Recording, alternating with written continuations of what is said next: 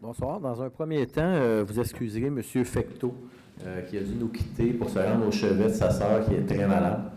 Il vous en comptera plus et vous en comptez plus, mais présentement, il a dû nous quitter pour ça, pour une urgence. Je vais être bref dans les commentaires. Premièrement, j'aimerais déclarer avoir acquis l'immeuble du 375 Vaudreuil et de posséder des actions dans Angouper et d'y être membre. Première chose.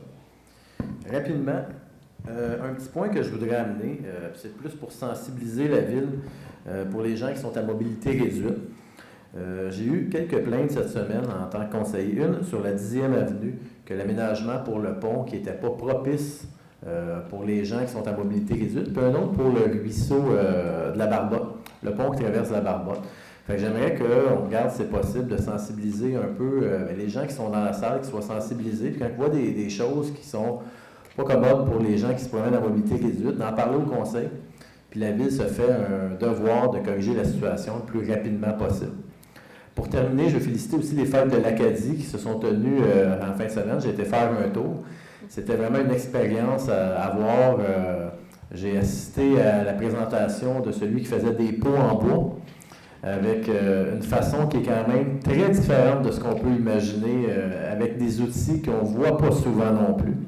J'ai fait la visite de l'église ainsi que du visiteur. C'est quand même très, très, très beau à voir pour, je sais pas, on n'est pas porté à aller dans le coin de l'Acadie pour voir ces places-là, mais ça vaut la peine, ça vaut le déplacement.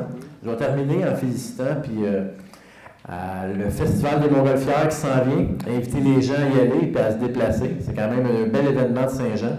J'invite les gens à y aller et à se déplacer. Sur ce, bonne soirée. Il me faudrait un proposeur, M. Berthelot et Mme Marcoux, pour terminer l'Assemblée.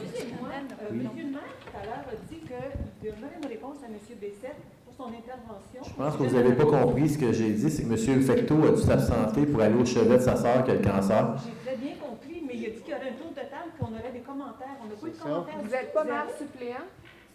Oui, je suis maire suppléant, mais je ne suis pas ici pour commenter sur la position du monsieur le maire, de ce qu'il va prendre comme position, puis sa position qu'il avait fait. Puis effectivement, je suis maire suppléant, mais il faut comprendre que j'ai dû remplacer, vous l'avez vu comme moi, à 1 minute de la fin. Donc, il y a aucun conseiller qui avait quelque chose à dire là-dessus ce soir, c'est ce que je comprends.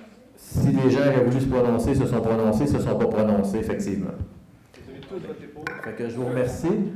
Bonne soirée. Puis si c'est une erreur, ben on mettra ça pour les circonstances qui arrivent, on mettra ça pour le prochain coup.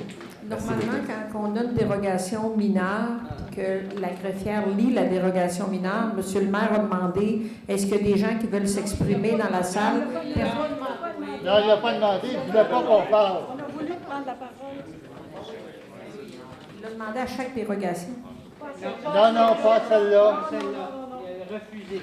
Il a refusé.